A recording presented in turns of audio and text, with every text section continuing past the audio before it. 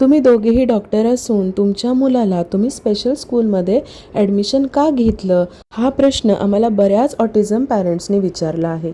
म्हणूनच हा व्हिडिओ त्या सगळ्या पॅरेंट्ससाठी. नॉर्मल स्कूलमध्ये एका क्लासमध्ये 40-50 मुलं असतात, त्यामुळे आवाज गोंगाट जास्त आणि एवढ्या सगळ्या मुलांमध्ये आपल्या मुलांना ॲडजस्ट करणं थोडं डिफिकल्ट होऊन जातं. दुसरी गोष्ट, एवढ्या सगळ्या मुलांना हँडल करताना टीचरला पर्सनली एखाद्या मुलाकडे लक्ष देणं शक्य होत नाही. ही शॅडो टीचर जरी ठेवायचं म्हटलं तरी सगळ्याच मुलांना हे एन्व्हायरमेंट ॲडजस्ट होईलच असं नाही.